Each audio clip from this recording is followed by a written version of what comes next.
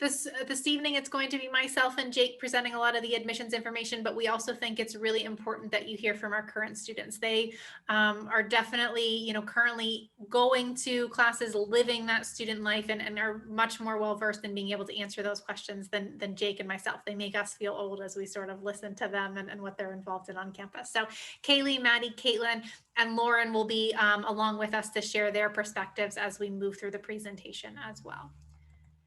To get us started, we always like to, kind of connect with our roots and let you know where we came from that has helped to get us where we are today. So for those of you who may not know, Mercyhurst University is located in Erie, Pennsylvania, sort of that little flag part that sticks up onto Lake Erie, sort of equidistant between Buffalo, Pittsburgh, and Cleveland, for those of you who are from that tri-state area. Mercyhurst was founded in 1926 by the Sisters of Mercy. Our first class was 23 female students.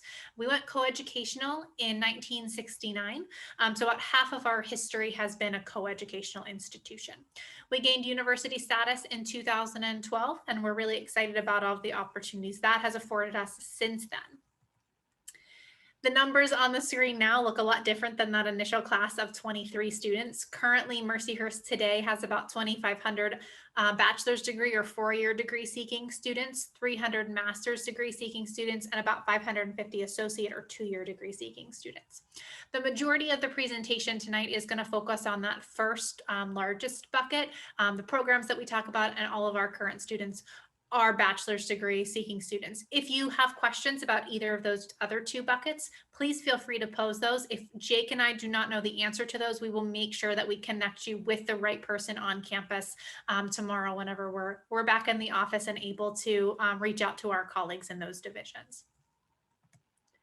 As far as academic programs go, Mercyhurst has 60 unique majors on campus, although if you add up all of the minors and pre-professional programs, concentrations within each program, there's over 100 different unique options that you'll find on campus. And I think sometimes our students are even able to take advantage of the opportunity to do what's called a contract major, and that's kind of creating their own if we can't get them exactly where they want to go. So we're able to be really flexible as a school of our size and as a school that's really student focused. We've got some graduate program offerings that are of most interest to students at the undergraduate level in the 4+1 category. So students are able to kind of start that master's degree program before they've even graduated with their bachelor's degree, saves them an extra year, which is really wonderful if you're looking to make yourself as marketable as possible, as quickly as possible. You can see all of those options, all of the opportunities at both the undergraduate and graduate level at mercyhurst.edu/academics. With so many choices, though, I know sometimes it's really hard to know what happens if I don't know my major. What happens if, I think I know what I'm going to do, and then I come in and I'm like 50% of other students across the nation, and I end up changing my mind. Caitlin, can you talk a little bit about, sort of your, journey from arriving at Mercyhurst to where you are now, and how that changed as far as the academics go? Yeah, so when I came to Mercyhurst, I was pretty much dead set on being a biology major. I had all the plans to go to PA school and all of that. But after spending 2 years as a bio major, I kind of realized it wasn't what I wanted to do. And I started looking and talking to people in some of the other majors on campus and realized that I really liked the hospitality program. So I started talking to the advisors in that program, and the faculty in the hospitality program reached out to the faculty in the bio department and really made my transition to the hospitality major 100 times easier than I thought it was going to be. The one thing that I really worried about was if changing my major would set me back a huge amount. And it actually turned out that I was able to change my major and still graduate in 4 years, which I thought was absolutely amazing, because it was something that was stressing me out when I was thinking about changing my major, because I thought I was just going to be stuck in bio and not really loving my life. Yeah, I think that's such a wonderful thing about our REACH curriculum, our liberal arts curriculum, is that it does allow a lot of those classes that maybe if you've changed your mind to still count for something. And I think the faculty, the care that they put into making sure that the students are finding the right path, even if it's not in their program anymore, is really wonderful.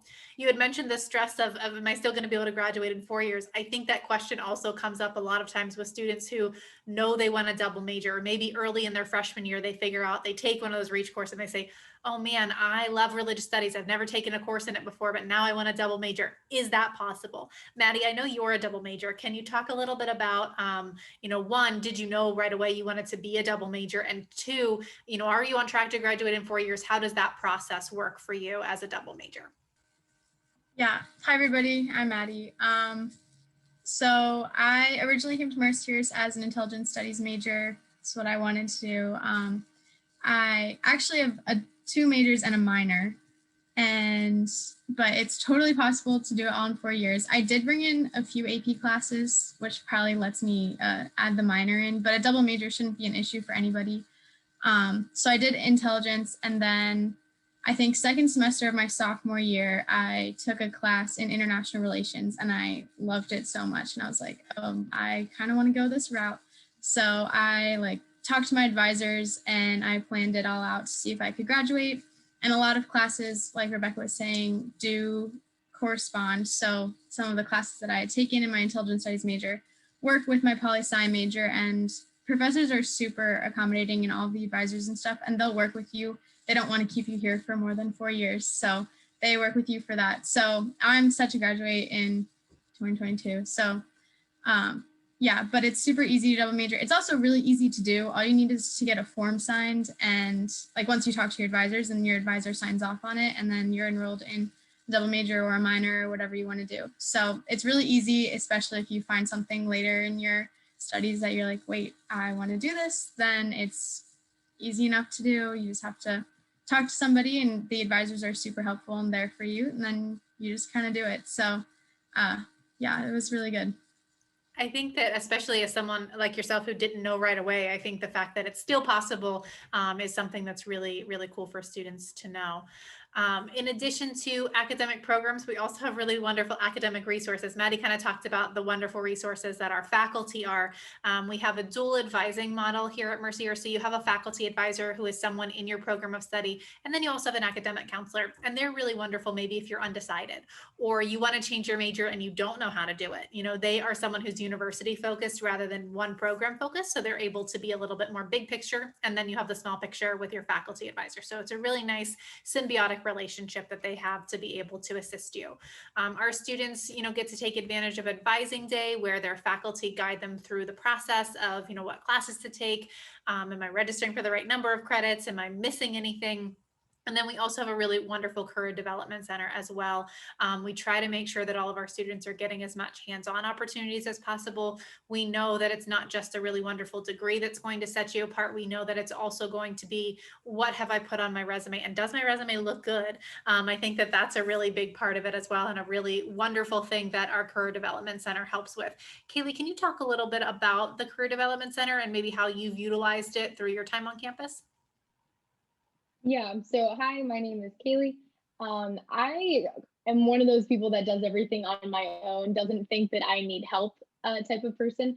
And then when it came to seeing an internship that I was extremely excited about and thought would be a great opportunity, it was kind of last minute, and I contacted the Career Development Center, and within 24 hours, we set up a meeting and sat down and fixed up my resume, and they gave me the general guidelines to write a cover letter that was specifically for this internship, and just kind of went over things, and then started to prepare me for, future applications and what I would kind of need to do to adjust. So I got that internship. I'm in it right now in my spring semester, and that turned out great. And since then, I've gone back to discuss future opportunities and fix up my resume to gear it towards other opportunities. So they've been really great at always reaching out and making sure that I'm doing well. And they've always been available to meet, to kind of just discuss things, and always just make sure to check in on you and make sure that you're ready to go. But they have amazing resources like preparing you for interviews.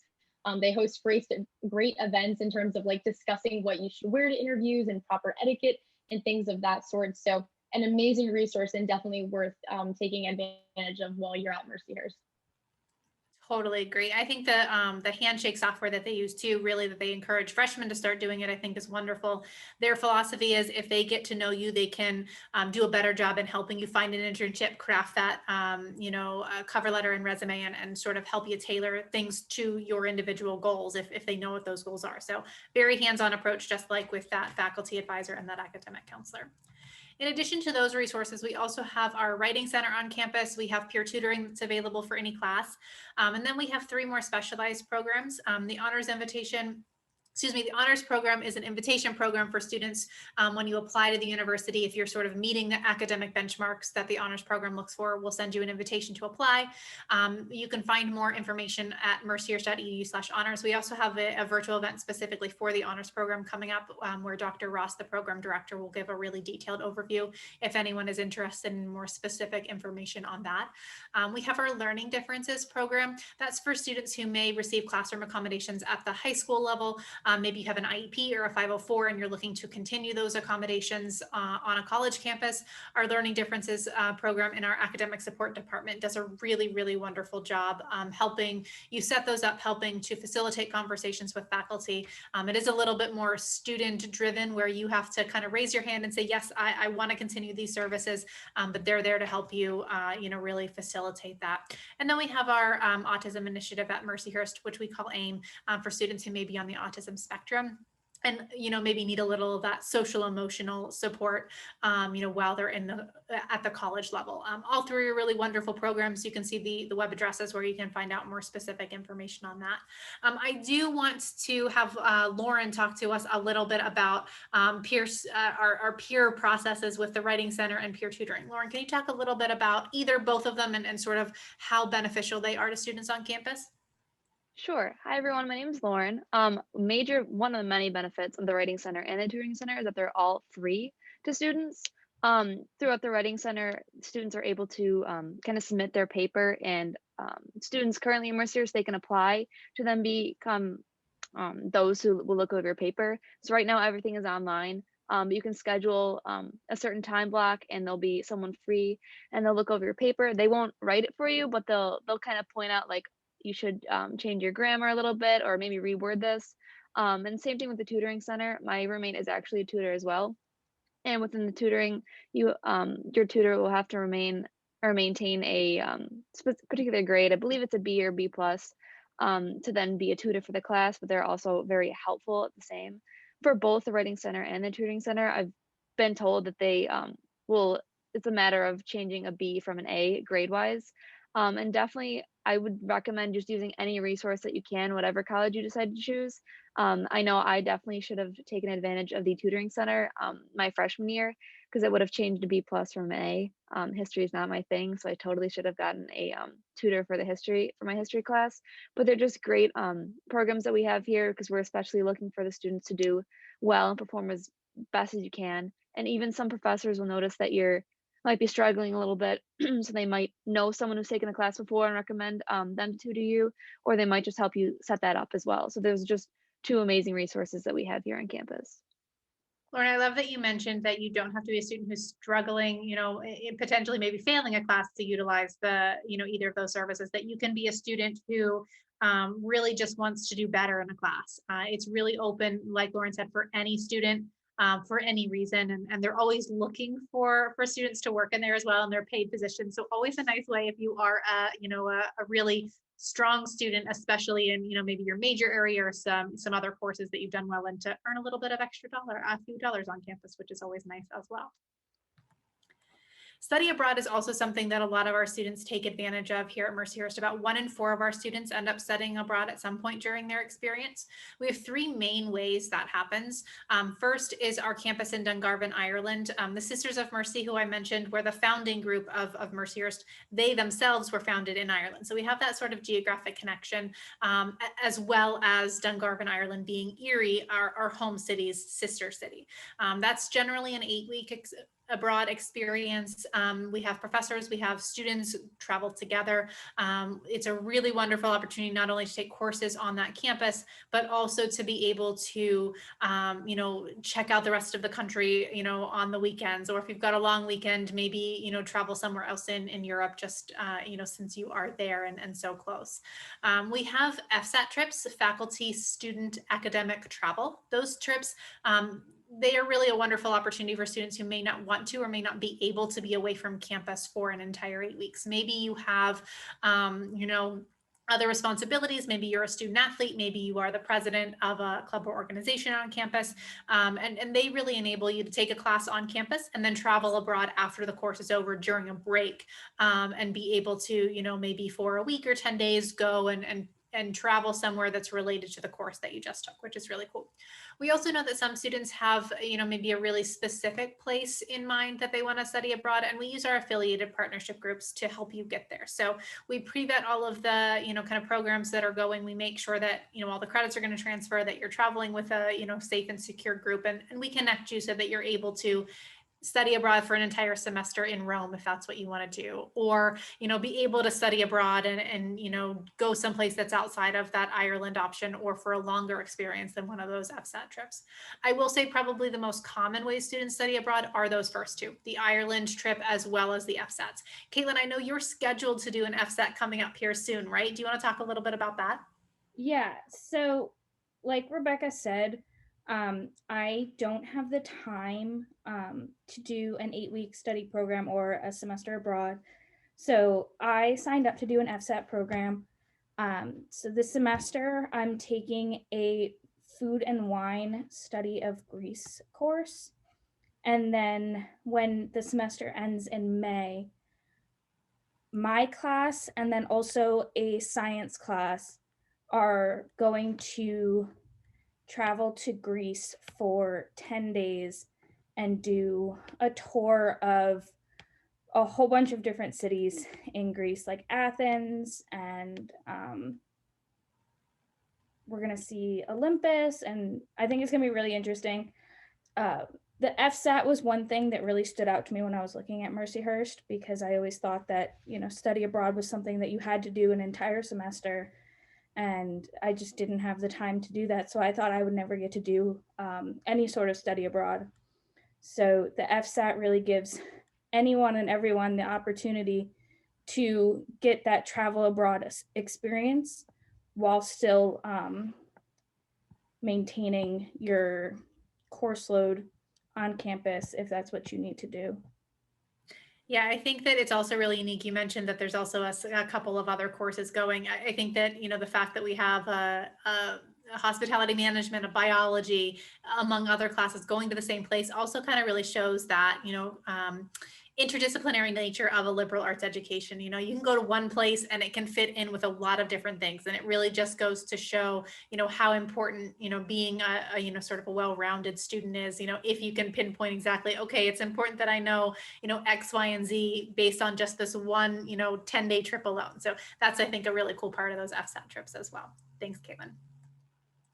This next time, I know we've heard from our students already, but I'm really gonna, turn it over to them on this section, because it's all about student life. And as current students, they are definitely much more well-versed in the answers to these, sort of subject areas, these broad areas, than Jake or myself are. So we're gonna have them talk a little bit about residence life, dining options for students, safety and wellness, and then campus involvement, including things like performing arts, athletics, and registered student clubs and organizations. So we'll get started with residence life. Lauren, are you able to talk to us a little bit about the freshmen specifically, but residence life overall at Mercyhurst? Sure. So as a freshman, there are 3 different options to live in. One is Macaulay Hall, which is an all-male freshman residence hall. Then there's Baldwin, which is an all-female freshman residence hall. And then there's Ward Hall, which is co-ed. For Macaulay, which is the all-male, that is a communal style residence hall. So everyone on the floor will share the same bathroom. With that, and there's a common room they share, and there's also a ping pong table, which I know is a fan favorite, which is the same across all the residence halls.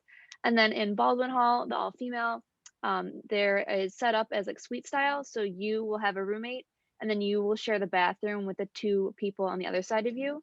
And same with that and Macaulay Hall, is that unfortunately they don't have air conditioning, but you can bring as many fans as you would like.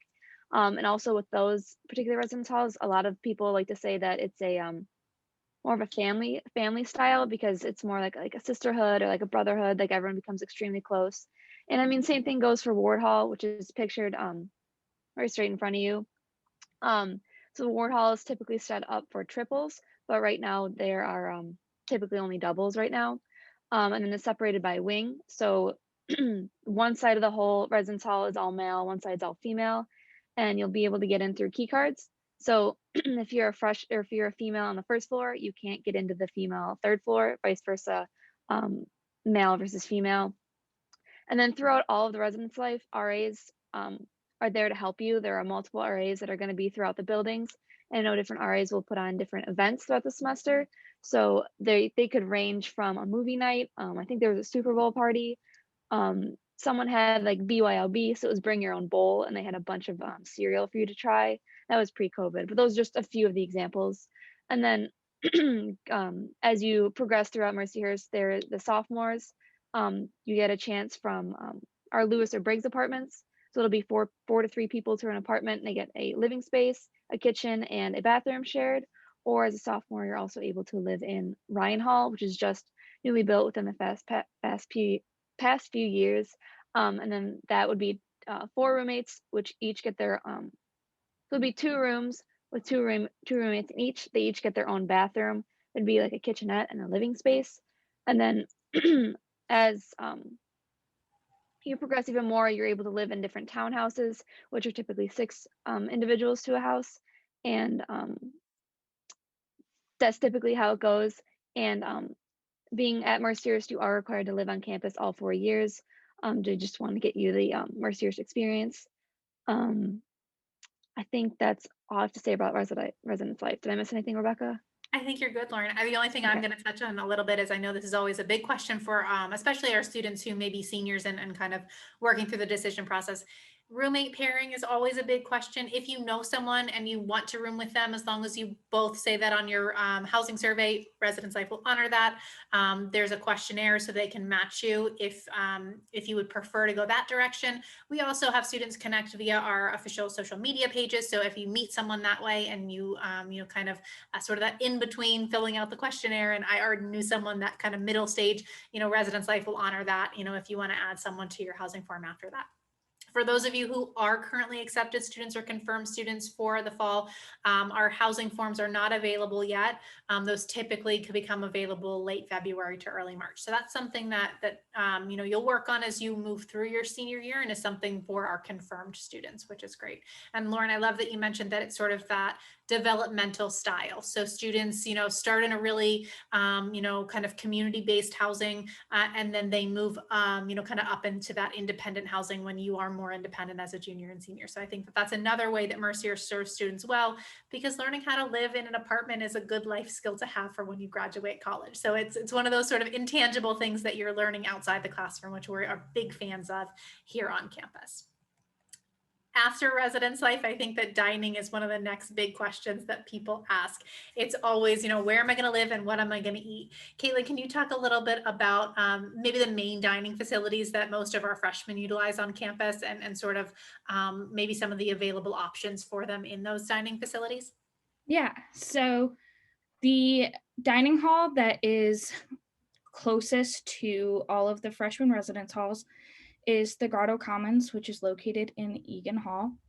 The Grotto Commons has a salad bar, a grill, which is all your like all American barbecue foods, hot dogs, hamburgers, French fries. This picture right here with the chef cooking something with the flames is Bravo. So at the Bravo, they'll typically do a restaurant style dish that you can actually watch them cook right in front of you. And I think it's really cool because you can watch them cook it and then grab your food. And it's really, really high quality. Other than that, we have in the Grotto Commons, we have a deli, which is basically like Subway. The Daily Dish, which is your home style meat and potatoes kind of meal. They always offer a different variety of vegetables, meats, always really good kind of homey foods. And then we also have the Clean Plate, which is a completely allergy friendly dining option. So if you have any allergies, I myself am completely dairy free. So I'll go over there because everything is made in a completely separate prep kitchen.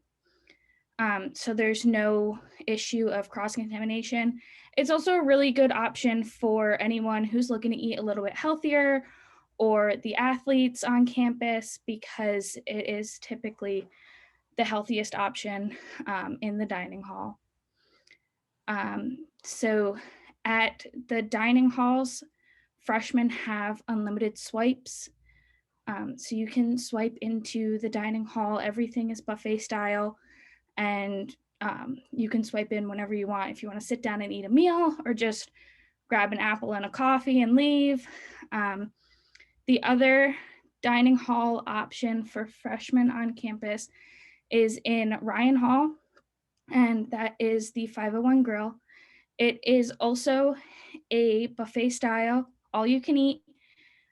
They have a couple of different options. They have a sushi bar, Mediterranean, a pizza bar. Oh, the Grotto Commons also has a pizza bar with wood fire pizza.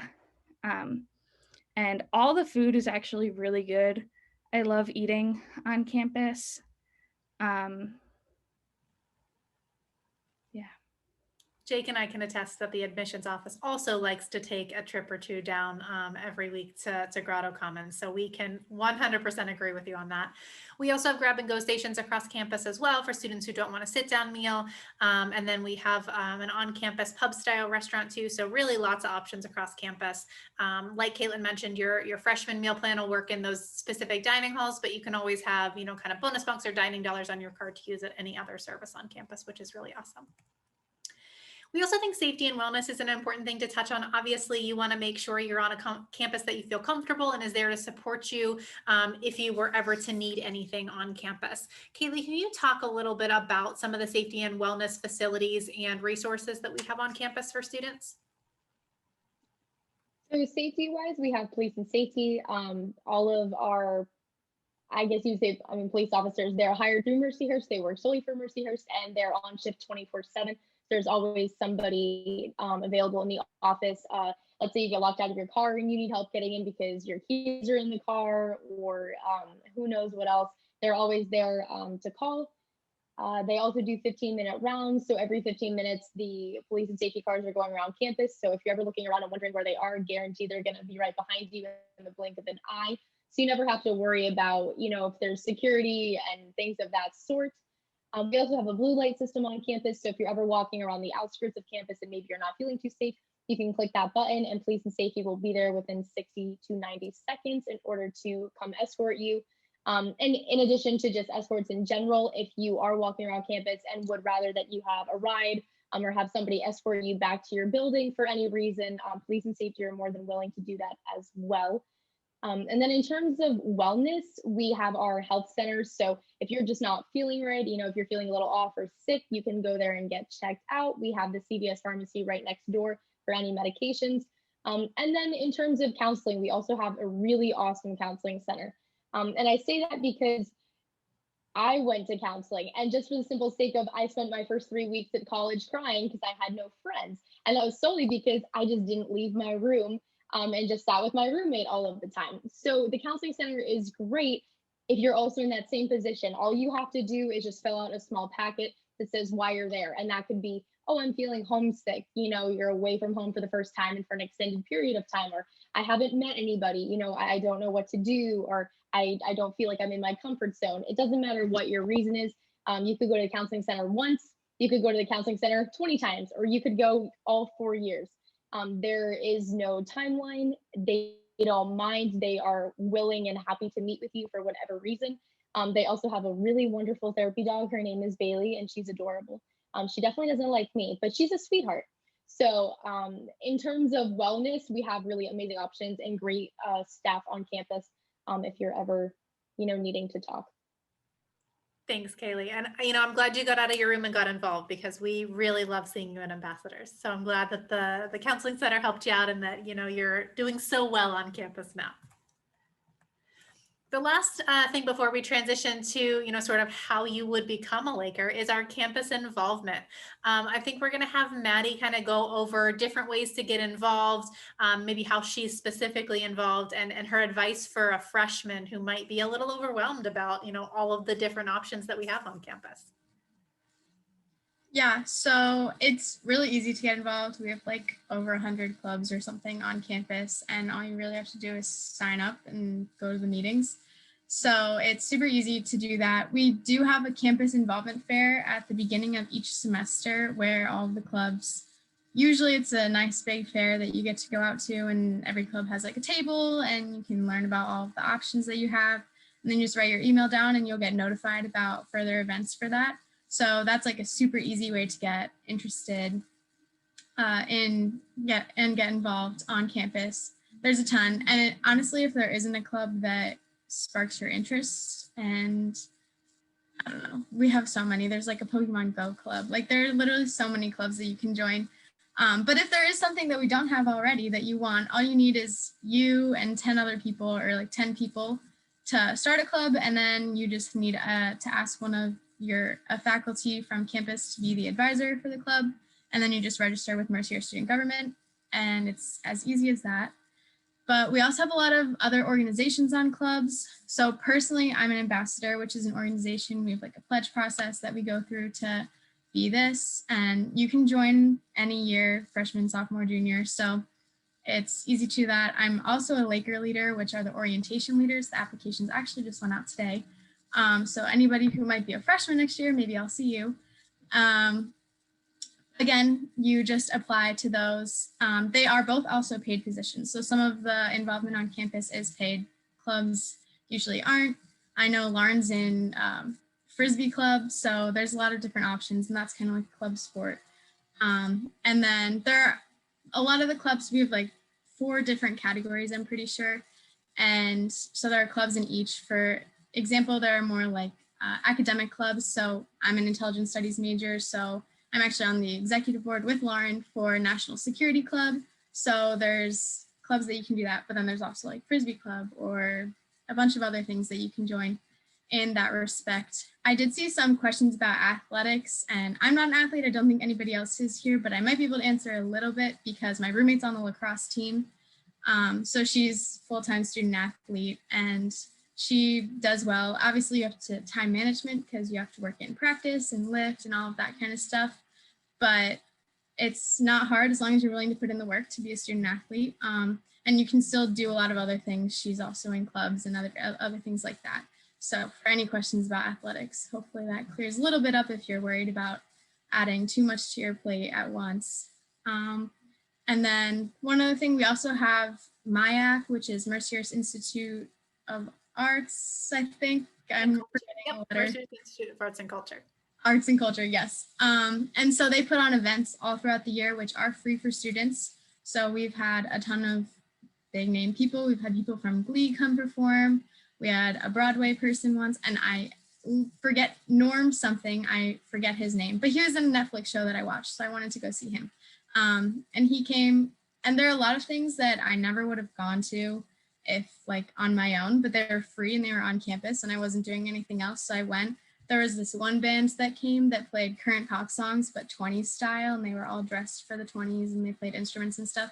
So there's a lot of fun stuff there. It's hard not to be doing things on campus. There is so much that's available. So if you're worried about being bored or anything, it's hard to be bored as long as you go out and find something to do. And there's definitely something for every niche of what you're interested in. Awesome. Thanks, Maddie. Yeah, I think that, the fact that there's so many different types of clubs and organizations, but then other things too. We have all of the athletics, we have club sports as well, in addition to our NCAA sports. We have a really strong arts and culture, kind of a community on campus. So there really is something for everyone. And there's also no right or wrong way to do campus involvement as long as you're trying to get involved. You could be someone who's involved in 2 or 3 clubs and you love it, and that, you know, is enough to, you know, kind of enhance your college experience, or you could be that person involved in 10 clubs. And really, you know, we have a campus involvement center that's there to help you kind of figure out what that path is for you, and help you, you know, kind of navigate those waters. But regardless, you do a lot of learning outside the classroom, and what you get involved in. So I think that the most important part is to just try to get involved a little bit. I think that you're probably also excited and wondering how you can kind of join our current students as, you know, Lakers in the next couple of years. Jake is going to take over now and kind of walk you through the admissions and financial aid process, and kind of let you know how all of that's possible, and sort of what we do in the admissions office to help you through all of that. Jake? All right, thanks, Rebecca. Hey, everyone. As Rebecca already said, my name is Jake. I work specifically with students from the eastern side of the state, in the western part of Pennsylvania. So for those of you tuning in from those areas, hopefully I get to work with you in the near future. Before we start, I should add, as admissions counselors, we're going to be with you guys start to finish through this entire process. So on top of reviewing your application, we're also going to be doing financial aid for you guys. So if you have any questions along the way, please don't hesitate to reach out, because Rebecca and myself and our colleagues are going to be with you start to finish with this whole process. And the first thing we're going to go over is the application. So Mercyhurst is rolling admissions, so we don't have a set time or date as to when your application needs to be started or submitted. So we give you a pretty large window of time through this process. So I just encourage you, just take your time. You know, if you want to apply early, you can. Our applications usually are ready to go by August 1st, but if you want to wait later in the year, that's perfectly fine too. So just take your time. The official applications for, as I said before, they're usually ready by August 1st. Like that's when the Common App's ready, but Mercyhurst also has the Mercyhurst Self-Reported app, which is our own application. That's usually ready July 1st. So again, if you want to apply early, you can, but we're rolling admissions, so there's not a set date or time as to when it needs to be completed. And there's also no application fee for either one of those applications. We notice a lot of schools like to charge you for applying, so we don't have that type of fee. And really, it doesn't matter which application you choose. It's really just what works best for you. They both have their perks. I mean, the Common App is nice because you can send that application out to multiple schools, whereas the Mercyhurst Self-Reported app, it might allow you to finish the process itself a little sooner, just because you can go at your own pace and you don't necessarily need the counseling office to help you. So it's really just what works best for you. And that's usually the first thing most of our students will do, is complete one of those applications. On top of doing one of those applications, you also just need to submit a high school transcript, a writing sample that's about 600 words or so, SAT, ACT scores or test option, which I'll go over here in a few minutes, and at least one letter of rec, but you could have more than one. I had a student last year, or no, 2 years ago, that gave me about 7 or 8 of them. If you want to do 7 or 8 of them, you can, but you only need to have at least one. And obviously every college is different, so it might not hurt to have just 3 or 4 just to be safe, because again, everyone's a little different what they require and what they're going to want. But as I was saying before, though, Mercyhurst is a test optional school. So especially with everything going on with COVID right now, or if you're just not the strongest test taker, you don't have to submit your test scores in our process. Because when we look at applications, we focus on everything on a holistic basis. And we've never found test scores to be the best way to judge a student, because everybody's very different when it comes to testing. We completely understand that. And we like to look at students in a holistic approach, and we like the well-roundedness in our students. So seeing clubs and sports and community service and just other things outside the classroom are just as great as having that high test score, having that high GPA. So when I say we're a test optional school, we really are. So don't feel that you're going to be looked at any differently in the process or penalized in any way. So you'll have a lot of flexibility with that. But if you still want to submit your test scores, by all means, you're welcome to do so. So there's a lot of flexibility with that process. But that's really, about it for our application. It usually takes between 3 to 4 weeks for you to hear back from us. Could be sooner, but we always like to say 3 to 4 just to be safe, so you're not disappointed if you're waiting a little bit. And then, so this is kind of what we see most of our students looking. We have about average GPAs around a 3.4, the SATs around a 10.70, and the ACTs around a 23. But again, if you're not a strong test taker, or you're just not able to take them because of COVID, again, it's okay. You don't have to submit your test scores. But again, this kind of just gives you an idea as to where we see, most of our applicants. But if you don't have all these credentials, that's okay, because we look at applications through a holistic approach, and there's a lot of other things that we look at that's going to be considered for admission. And then, so as I said before, we also do financial aid for you guys. So before I go over just the financial aid side for Mercyhurst, the first thing I like to talk about is the free application for federal student aid, or what's known as the FAFSA. So the FAFSA is what, it helps us determine, it helps, both of us for that matter, determine what type of financial aid you're going to qualify for. So, with the use of your tax information, you're going to receive what's called an estimated contribution number.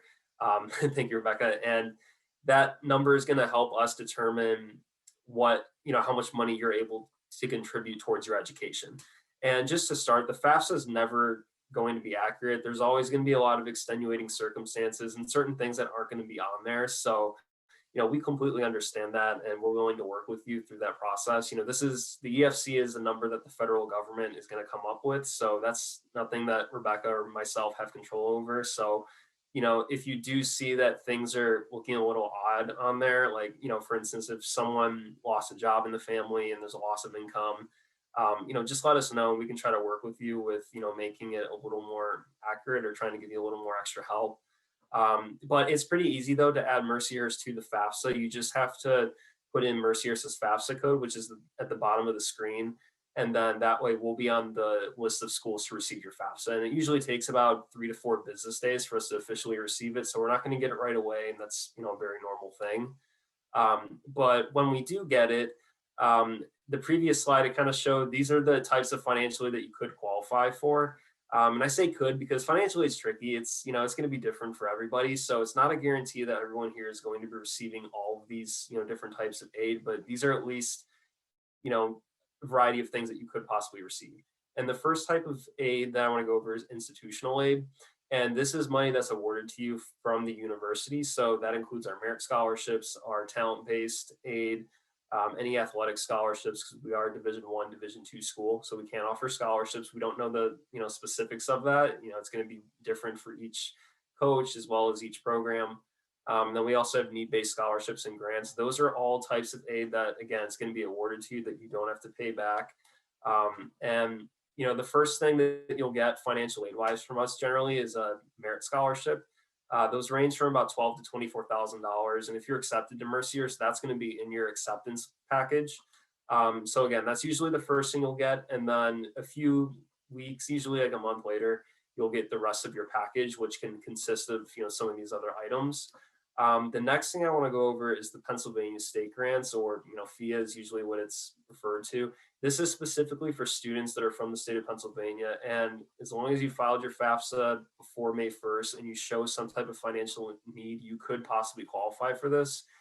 They do have a specific cutoff. I can't remember what it is off the top of my head. So it's not always a guarantee you'll get it, but it's, specifically for students that are from the state of Pennsylvania that show financial need. The next thing that you could also receive is federal student loans through the FAFSA. So if you file your FAFSA, you'll be automatically eligible for $5,500 in loans, which you don't have to take out. We always put them on your package to show that you qualified. If you want to pursue them, by all means, you're welcome to, but you are not obligated to take those loans out. It's completely up to you guys as to, what you're comfortable with and what you want to explore. There could be a difference as to how that $5,500 is split up. So if someone shows financial need, they might possibly receive a subsidized loan, which is a need-based loan, and that could be worth like, $3,500. And then you could also receive maybe like an unsubsidized loan, which is not based off of needs, just for anyone that's filed their FAFSA. So that could be like $2,000. So you could have that. You might just receive the $5,500. Again, it's going to be different for everybody. And then the next thing is federal grants. This is money that's awarded to you. You don't have to pay back. Usually a pretty common one that students that show financial need might possibly qualify for is a Pell Grant. And it's pretty similar to FIA besides, being a Pennsylvania resident, because a Pell Grant is something that anybody nationwide could receive as long as they have filed their FAFSA before May 1st and they show financial needs. So you still have to show some type of need-based aid to qualify for it. And again, they have different cutoffs. I don't know, again, the top of my head what the cutoffs are, but it is something that you could possibly receive. And there is a possibility too that certain people might receive both Pell and FIA. It's not always a guarantee, or it could be vice versa. So, it's going to be different for every family. And then lastly, we have federal work studies. So not all of our students qualify for this. This is usually for students that show financial need, but there's a lot of different work studies that are on campus at various different, parts of it. So if you qualify for work study, there's going to be a lot of opportunities, but if not, then, we also have a lot of part-time jobs on campus that are like work study that you can also apply to. I know off the top of my head, there's a lot of different opportunities in the dining halls, I think the library and the student union, they have a few different ones as well. So that's good to know in case you don't qualify for work study, but if you do, there's a lot of great opportunities out there for it. And then for this last slide, these are a list of our reasons as to why we think Mercyhurst might be the best fit for you. But I would like to use this time to ask the ambassadors why they chose Mercyhurst. So I'll start with Kaylee. What made you decide that Mercyhurst was your school of choice?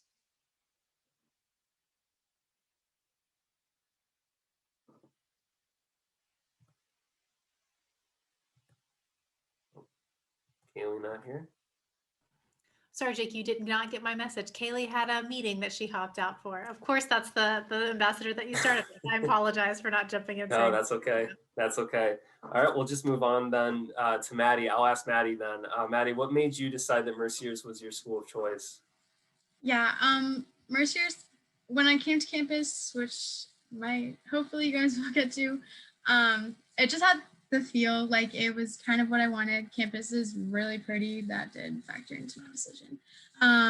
But the majors and the academics was probably the biggest thing for me, was what I could do. And I'll just quick, I don't know if we said this, but you do start taking your major classes your first semester freshman year. So that was one of the biggest things, because I didn't really want to waste a year taking my gen eds or whatever, and then realized that I didn't want to study intelligence. But once I got here, that I realized that I really liked my major. But that was definitely one of the big things for me, was that you get to start as soon as you get here.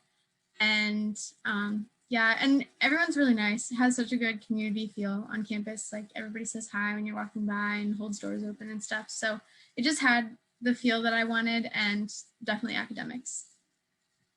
Awesome. Thanks for sharing. Lauren, I'm going to ask you now, what made you decide that Mercyhurst was your school of choice? Sure. So initially, I was drawn to Mercyhurst through the intelligence studies program. I was looking for more like criminal justice, and I found Intel. I was like, oh, that's a little more interesting.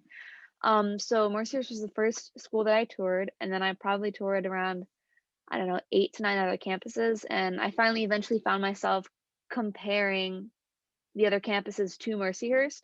So then I think in the back of my head, I kind of knew Mercyhurst was the one. Then I finally like made the verbal decision. I was like, yeah, like Mercyhurst, yeah, like that's the one. But after being here, honestly, it's just such a great community. Everyone's extremely nice, and all the professors and all the staff are really like pushing to make sure you do well, which is just an amazing opportunity for us as students. And then honestly, it's just such a pretty campus. So I don't know, I've just enjoyed my time here, especially getting to meet new people, and everyone just seems to be open to anything, which is extremely nice. Great. Thank you for sharing.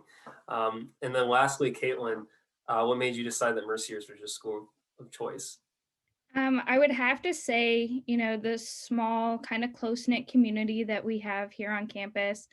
It was always a big thing to me when I was looking at schools, being a name, not a number.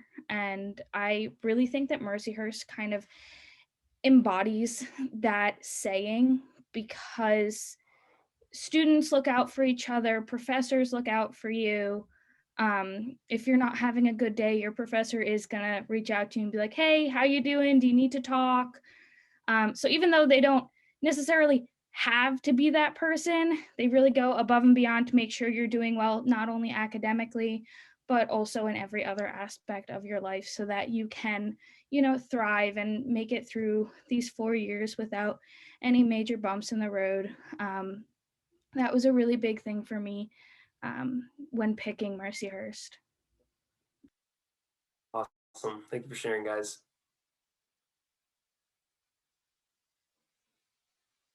We're going to open it up for some questions. I know that Jake's been fielding a lot of the questions in the chat as we were moving through the presentation, but we do want to make sure that if there's any other outstanding questions that anyone has that we answer those before the evening's over.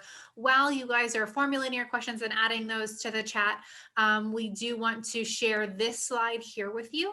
As Jake mentioned, he works with a specific student body population. I do as well. I work with all of our Midwestern students, although I know everywhere kind of defines Midwest differently. So you can see the specific states that I work with: Ohio, Indiana, Illinois, Michigan, and Wisconsin. And all of our colleagues are listed here too. So if you guys want to take a moment to jot down who your point of contact is in the admissions office, please make sure that you do that. I know that all of our students mentioned how wonderful their visits were. We are accepting in-person visitors again on campus right now for students who have been admitted to the university for fall of 2021. So right now, it is just a limited group. That way we can get all of those students who are looking to make their college decision very, very soon onto campus, or if you've recently made your college decision, you need to revisit, you're able to do that.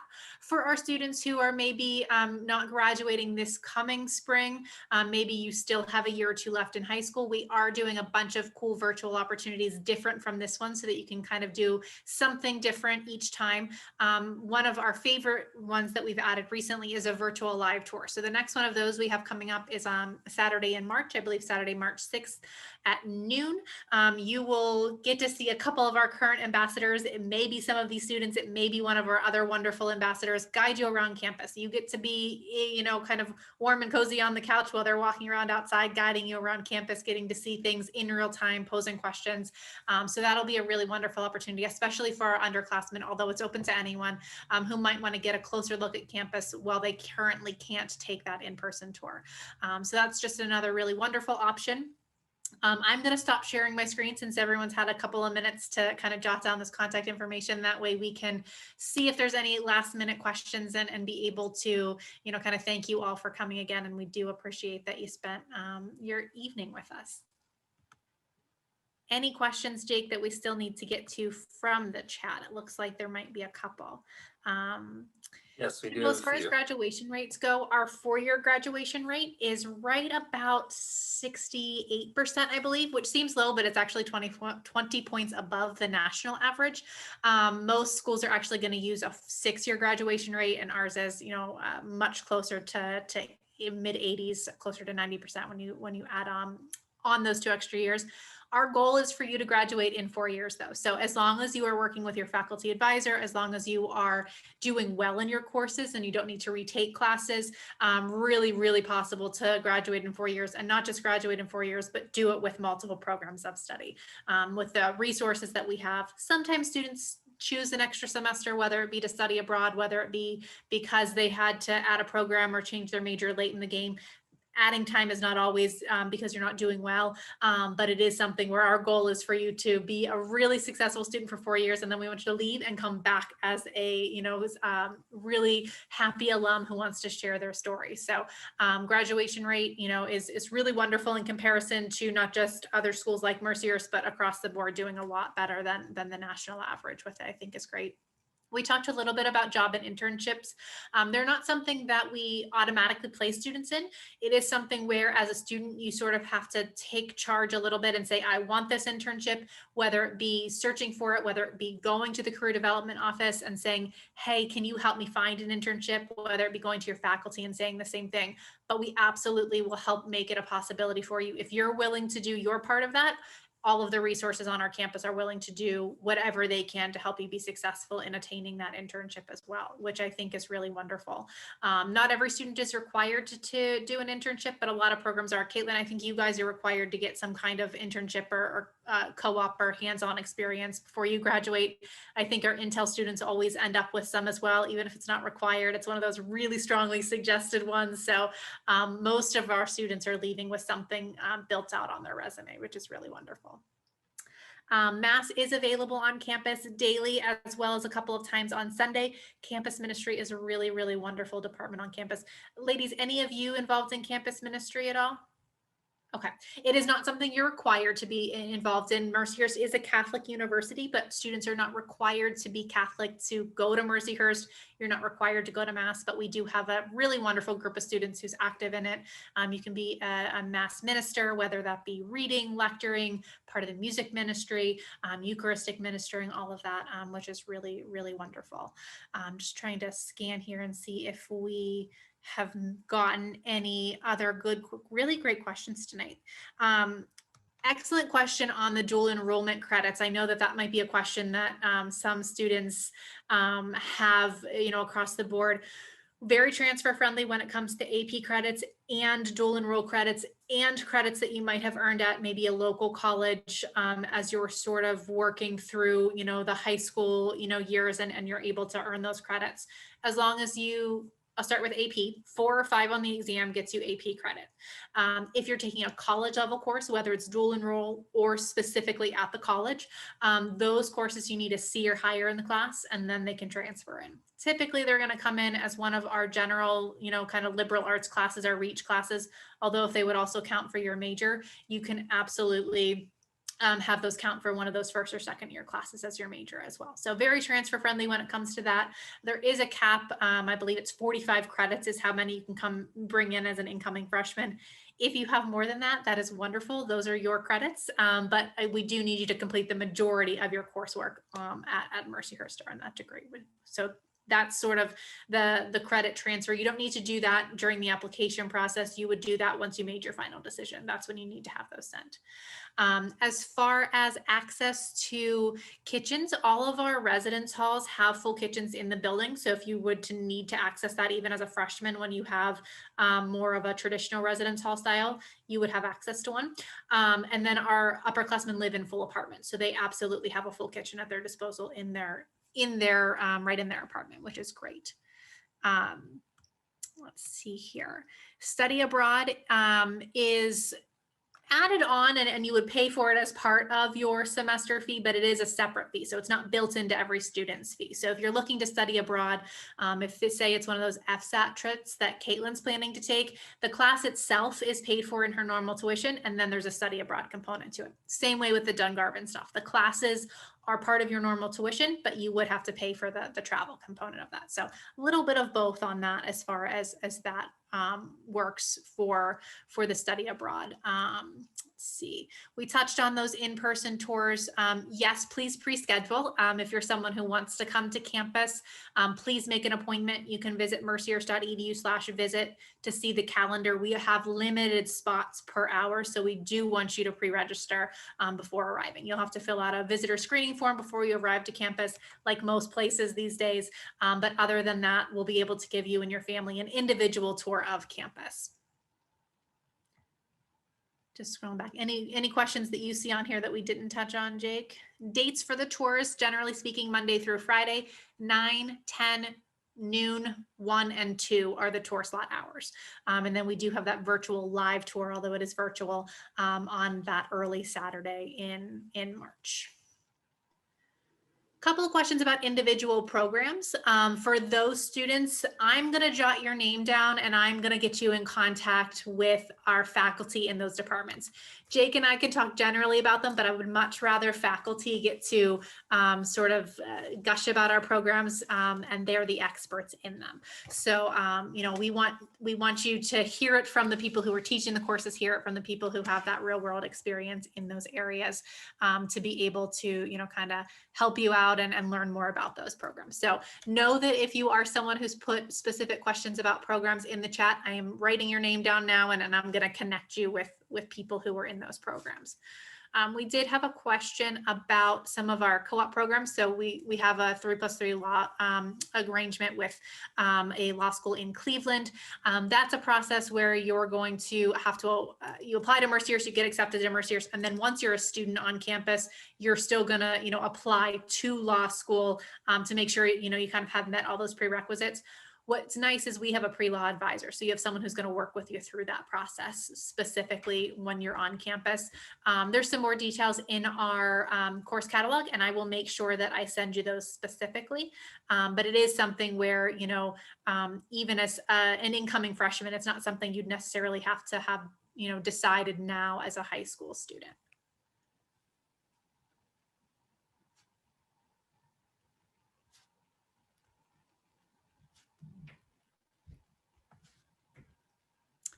As far as REACH requirements go, A lot of times, you know, those, Sabrina, those college classes that you've taken, they'll take care of those. So if you've taken an English class that's college level, if you've taken a history class, a math class, you just won't have to take those courses as part of your REACH curriculum. Those classes that you're transferring in, those will count for those classes. So it really gives you a head start. Maddie mentioned that she brought in some coursework with her, and it enabled her to have more room then in her schedule to be able to double major, to be able to have a minor to go along with her major. So really it helps you to kind of expedite completion of the REACH curriculum, the liberal arts curriculum, and allows you, if you are a student who would want to double major, who would want to have a minor or two, or be able to study abroad, to do some of those other things that might, you know, that you might want a more flexible schedule for, is something that's really nice. Just seeing here, we talked about all of our dual enrollment and our high school credits, talked about study abroad. CSI team, ladies, do you know if we have any, are you guys talking CSI like crime scene investigation, or CSI we're talking like forensics debate? Riley, I'm going to put you on the spot.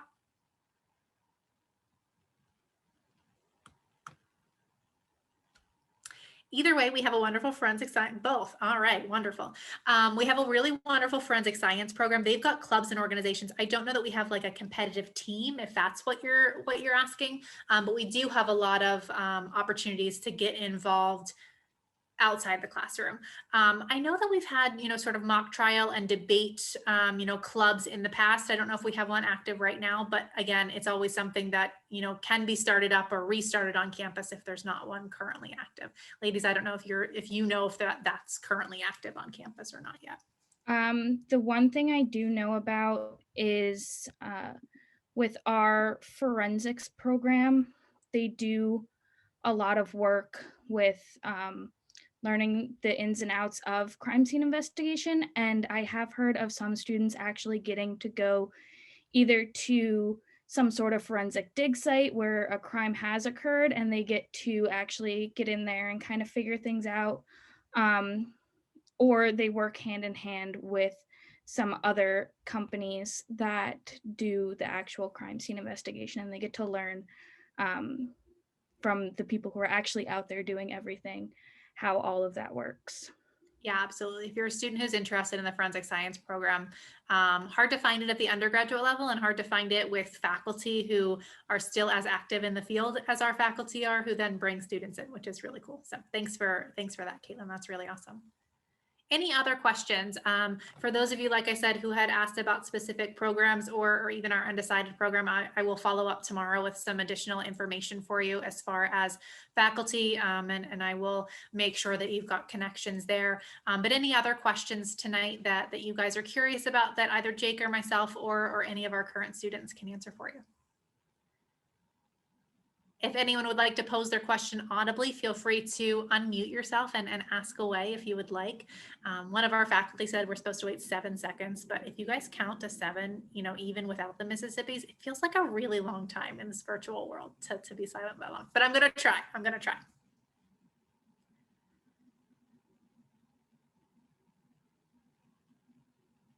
See, it's long, right? No questions. It doesn't seem like that anyone wants to pose audibly. I don't blame you. Jake, any text message questions that came through tonight that we should make sure to answer? All right, awesome. Thank you guys again for joining us. You asked really wonderful questions. You were a wonderful group to present to and to hear from. So thanks for joining us. Jake and myself really appreciate it. You guys have our contact information, hopefully from the chart. Feel free to reach out if you do have any additional questions down the line. And we hope to see you at another virtual event or for our current seniors, you know, on campus for a visit soon. Thanks so much, and everyone enjoy your evenings.